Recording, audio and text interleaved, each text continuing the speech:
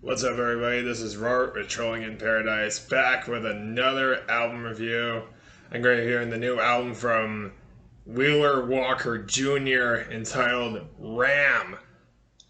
Now, a little personal history on this guy. I honestly did not know about this guy until early this year when I saw a track by track that this guy, Ralph Vera, who runs the YouTube channel Almost Human, did on two of that guy's albums, which I'm going to grab one of those albums. I have one of those albums.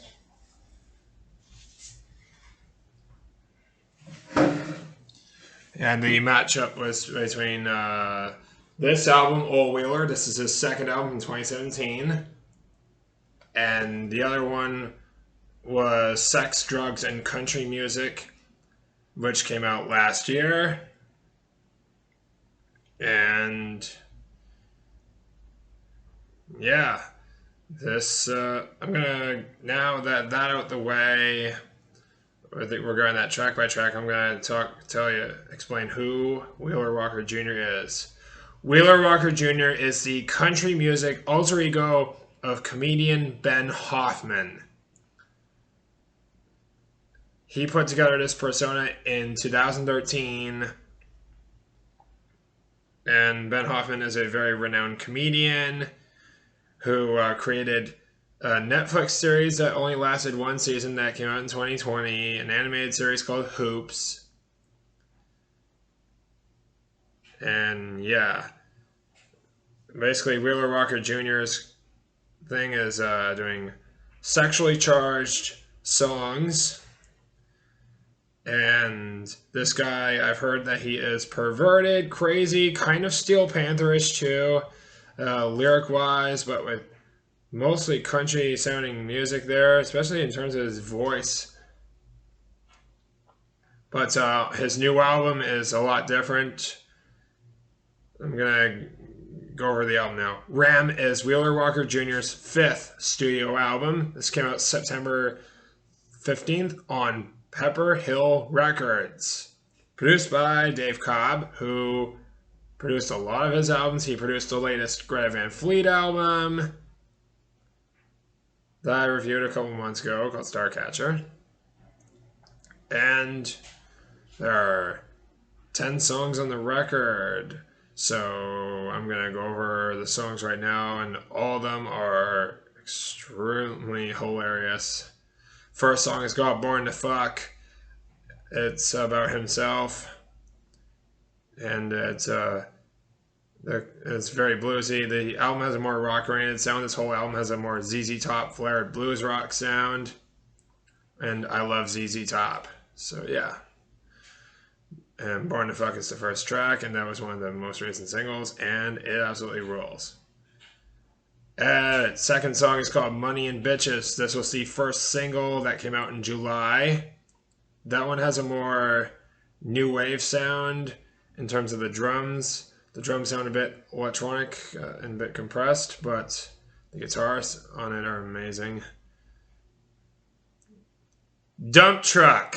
That was the second single that came out, I believe, at the start of August.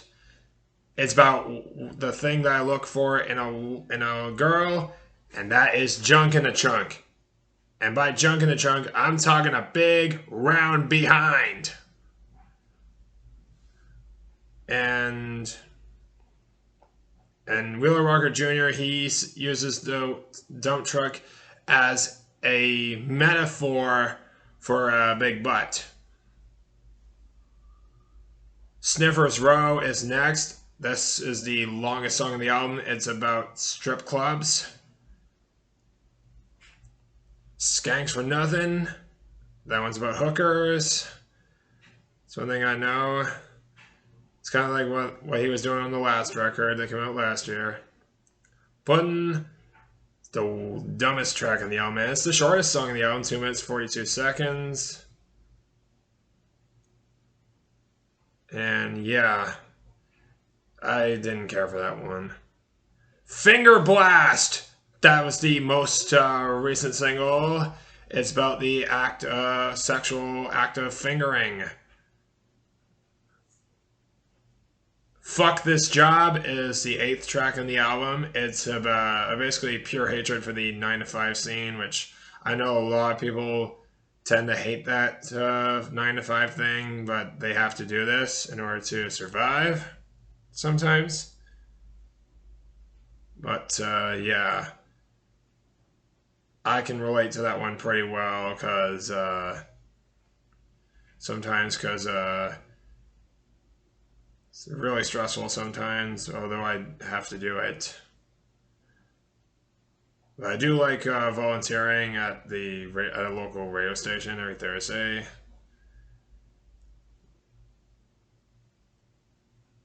Next is Who the Fuck. It's about trying to figure out which girl you slept with the night prior.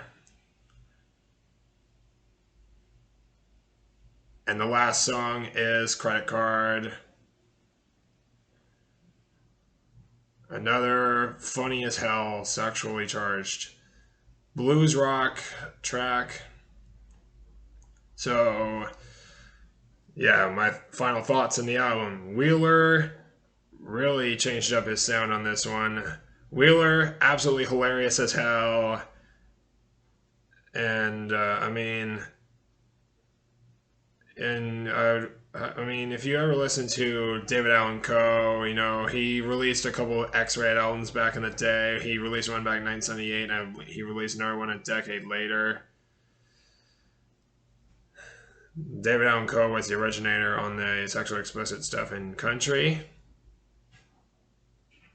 And Wheeler Walker Jr., he is really up in the ante on this whole thing with taking a page out of David Allan Coe's book in terms of lyrics, also combining it with Steel Panther, and really getting crazier. But yeah, I really enjoyed this album. I'm going to get 9 out of 10. One of the best albums of 2023, and probably the funniest album of the year, too. Come to think of it, because Wheeler Walker Jr. is hilarious.